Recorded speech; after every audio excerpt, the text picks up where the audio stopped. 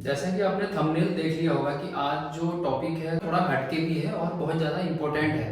मैं पर्सनली 3-4 महीने से इस चीज़ को कर रहा हूँ, तो मैं फील भी कर रहा हूँ इस चीज़ को। तो आपके सामने आने का एक तो मेरा इसमें पर्सनल खुद का एक्सपीरियंस हो जाएगा, बाकी मैंने कुछ स्टडी वगैरह करके उसके बेस पे आपको यहाँ पे बताने की कोशिश करूँगा। तो आज का अपना टॉपिक है डीप ब्रीथ के ऊपर, मतलब गहरी सांस लेनी चाहिए, नहीं लेनी चाहिए, क्या उसके बेनिफिट हैं, ये सब चीज़ों को भी हम डिस्कस करेंगे।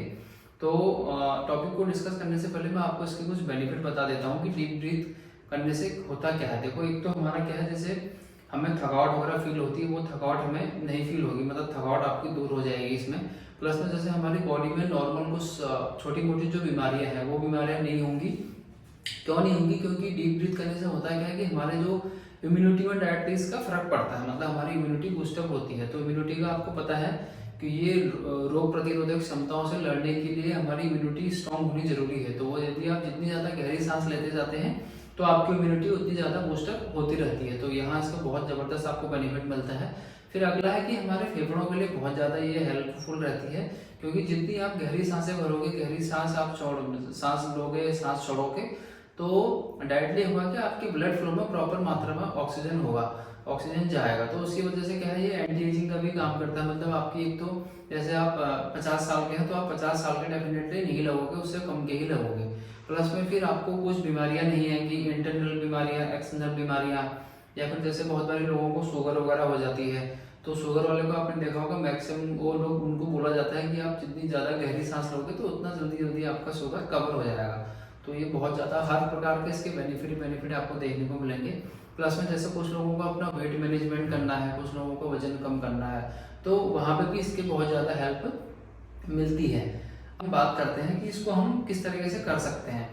देखो, होता क्या है ना, जैसे भगवान ने क्या किया है, भगवान बोलो, नेचर बोलो, ह्यूमन को बनाया है, कोई भी बीइंग बनाई है, तो उनमें एक नेचुरल प्रोसेस है। जैसे मैं यदि आपको बोलूँ कि आप अपने सांस पे कंट्रोल करो, आपको 1 मिनट में केवल 4 या 8 सांस लेनी, तो ऐसा पॉसिबल नहीं है। तो अभी जैसे मैं खुद आपके सामने बात कर रहा हूँ, तो पता नहीं चल रहा कि मैं कब सांस ले रहा हूँ, कब सांस छोड़ रहा हूँ। तो ये सारी प्रोसेस नेचुरल प्रोसेस है। तो इन्हीं चीज़ों से मैं अभी आपको एक डाटा यहाँ पे जस्ट बताऊंगा, उस बाकी आपके रेफरेंस के लिए मैं स्नैपशॉट लगा दूंगा। गूगल पे आप खुद भी सर्च कर सकते हैं, इजीली आपको मिल जाएगा। तो इस डाटा में यहाँ पे हम देखेंगे कि यार सांस लेने के, जैसे हम यहाँ पर जो मेन अपना लेंगे हम डाटा के तौर पे, 1 मिनट में कौन प्राणी कितना सांस यहाँ पे ले रहा है, और उस हिसाब से उसकी आयु यहाँ पे हम डिफाइड यहाँ पे हम देखेंगे। तो आपको खुद ही पता चल जाएगा कि सांसों का कितना प्रभाव हमारी एज पर पड़ता है डायरेक्टली। तो चलो अभी हम सीधे इस टॉपिक पे चलते हैं। आप देखो, मैं अभी आपके सामने कुछ ऐसी जो डाटा यहाँ पे पढ़ने वाला हूँ, मैं आपको बताऊंगा, वो आप सुन के आप खुद हैरान हो जाएंगे, और फिर आपको पता चलेगा कि कितना बेनिफिट होता है। देखो, सबसे पहले यदि हम बात करते हैं ना, हम देखेंगे माउस की हम बात करते हैं। जो चूहा होता है, चूहा उसका क्या है, जो ब्रीथ साइकिल में यहाँ पे बताऊंगा 1 मिनट में कितनी बार सांस ले रहा है, प्लस में उसकी मिनिमम से मैक्सिमम आयु कितनी है, ये अभी मैं आपको यहाँ पे बताने वाला हूँ। जो चूहे की जो सांस लेने की प्रक्रिया है वो है 90 से 250, 90 to 250, और उसका जो जीवन अंतराल रहता है वो है 2 से 7 वर्षों तक का। फिर अगर मैं उसके बाद में पिग की बताऊं, तो जो सुअर जिसको हम बोलते हैं, उसकी है सांस लेने की प्रक्रिया 30 से 60, और आयु उसकी है 10 से 20 साल। फिर अगर हम गाय की बात करें, काऊ की बात करें, 25 से 30 उसका टाइमिंग है सांस लेने का 1 मिनट में, और सिमिलर जो उसकी आयु हो जाती है वो है 25 से 15। फिर नेक्स्ट अगर हम बात करें डॉग की, कुत्ते की जो सांस लेने की जो प्रोसेस है 1 मिनट में, वो 20 से 30 बार सांस लेता है। प्लस में उसकी जो आयु जो है 15 से 20 साल ही रहती है। फिर अगर हम कैट की बात करते हैं, तो कैट की सांस लेने की प्रक्रिया 2 से 40 बार लेती है 1 मिनट में, और 15 से 30 साल कैट की भी यहाँ पे आयु होती है। फिर उसके बाद में जो सीप आपने सुना होगा, उसकी है 16 से 34, और आयु है उसकी 20 से 40। फिर अगर हम हॉर्स या घोड़े की हम बात करते हैं, तो घोड़े का है 12 से 15, और आयु इसकी है 45 से 55। फिर अगर हम मैन की, आदमियों की बात करें, जैसे हम नॉर्मल इंसानों की, तो हमारा प्रोसेस है 6 से 16 बारी हम डीप ब्रीथ का अपना प्रोसेस रहता है, और हमारी आयु रहती है 45 से डीप ब्रीथ नॉर्मल एक प्रोसेस सांस लेने की जो रहती है वो है 45 से 110 आयु रहती है आदमियों की, सॉरी। फिर उसके बाद अगर हम हाथी की बात करें, हाथी का क्या प्रोसेस रहता है, वो 5 से 12 बार ही सांस लेता है 1 मिनट में, और उसकी भी आयु 65 से 130 रहती है। फिर अगर हम व्हेल्स की बात करें तो व्हेल्स का डाटा आप देख के हैरान हो जाएंगे। ये है 3 से 5 बार ही ये सांस लेती है 1 मिनट में। इसकी जो आयु है 130 से 200 की आयु है। अब इसके बाद आपको एक और जबरदस्त मैं बताता हूँ, आपने सुना होगा खरगोश है कछुए की चाल। तो कछुआ हमेशा स्लो ही जाता है लेकिन हमेशा आगे जीतता है। तो वहां पे वो रेस में जीता, यहाँ पे लाइफ की रेस में भी कछुआ डेफिनेटली जीतेगा। अभी आप देखना, देखो कछुए का जो प्रोसेस रहता है सांस लेने का वो है 3 से 8 बारी 1 मिनट में। और इसका जो लाइफ साइकिल है, जो इसकी पूरी जीवन है, इसका 150 साल या उससे ऊपर। आपने सुना होगा बहुत सारे पुराने कछुए 200 साल 300 साल का पुराना कछुआ भी है।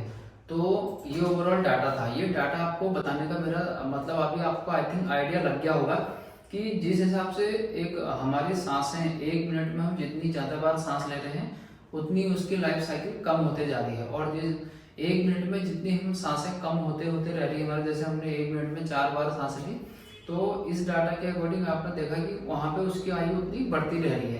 तो इसका सिंपल सा लॉजिक है, यदि आप पर मिनट में या फिर आप डीप ब्रीथ के, हम मिनट को अभी हम छोड़ देते हैं, डीप ब्रीथ की हम बात करते हैं पूरी। जैसे डीप ब्रीथ का मतलब होता है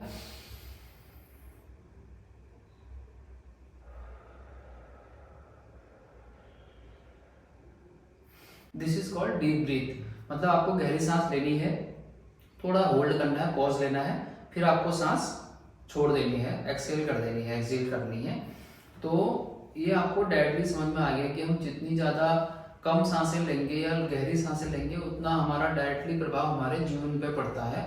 जीवन के साथ साथ में प्रभाव पड़ता है कि हम ओवरऑल हेल्दी भी रहते हैं।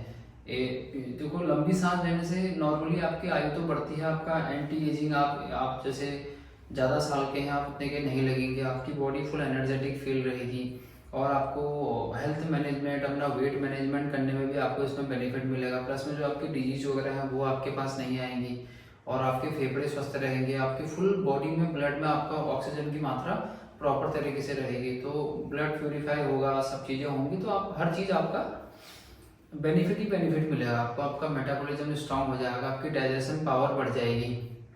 और सबसे बड़ी बात, जो लोग सुबह उठ के ही उनको बड़ा आलस से आता है, उबासी से आती है पूरे दिन भर, वो चीज़ आपके साथ में नहीं होगी यदि आप इसको सुबह के टाइम में करते हैं।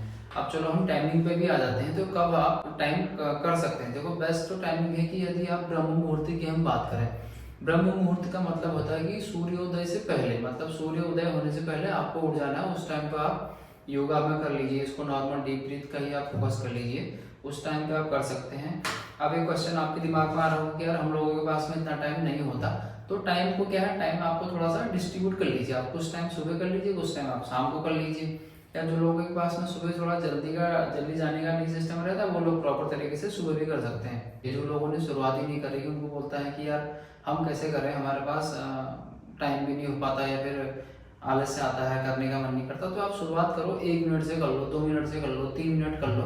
तो क्या है ना, जैसे आप पहले दिन आपने 2 मिनट कर लिया, अगले दिन 3 मिनट, चौथे दिन 4-5, इस तरीके से आपका क्या है टाइमिंग बढ़ता रहेगा। तो आपको 1 महीने बाद आप देखोगे यार पहले तो मैं कर ही नहीं पा रहा था, अब मेरे पास 10 मिनट हो गए, 20 मिनट आ गए हैं। तो इस तरीके से आपकी एक हैबिट बिल्ड हो जाएगी। शुरुआत में आपको थोड़ा सा कठिन लगेगा, डेफिनेटली होता है, क्योंकि हम नेचुरल प्रोसेस से थोड़ा सा हटके जा रहे हैं। बट आप जो फील करेंगे ना उसके बाद में आपको बहुत अच्छा बेनिफिट यहाँ में देखने को मिलेगा। प्लस में आप होल डे एनर्जेटिक फील करेंगे, आपकी वो बातों से, आपकी सोचने विचारने की शक्ति में भी आपको कहीं ना कहीं प्रभाव देखने को मिलेगा, और आपको पूरे दिन भर आप एनर्जेटिक रहेंगे। उससे बढ़िया और क्या हो सकता है, आपकी पूरी जो बॉडी में डाइजेशन का इशू है वो आपको वहाँ पे बेनिफिट मिल जाएगा। प्लस में डीप ब्रीथ करने से होता क्या कि जैसे बहुत सारे लोगों को शुगर वगैरह बढ़ा हुआ रहता है, तो शुगर वालों के लिए डीप ब्रीथिंग बहुत ज़्यादा बेस्ट होती है। डीप ब्रीथिंग का मतलब होता है, भस्त्रिका नॉर्मली एक प्राणायाम में ही आता है। भस्त्रिका मतलब होता है कि इस तरीके से आप कर सकते हो,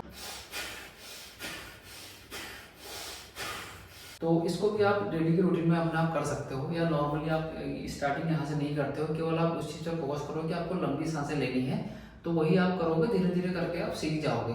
तो ये ओवरऑल आपके लिए आज का टॉपिक था, जो खास तौर से वही था कि आप लोगों में एक अवेयरनेस आ जाए कि हाँ यार डायरेक्टली हमारे सांस पर मिनट जो हम लेते हैं, जितनी हम गहरी लंबी सांसें लेंगे उसका असर हमारे ओवरऑल लाइफ पे पड़ता है और हमारे ओवरऑल बॉडी पे फर्क पड़ता है, हमारे डेली के दिनचर्या में फर्क पड़ता है। तो वही आपको बताने का पर्पस था।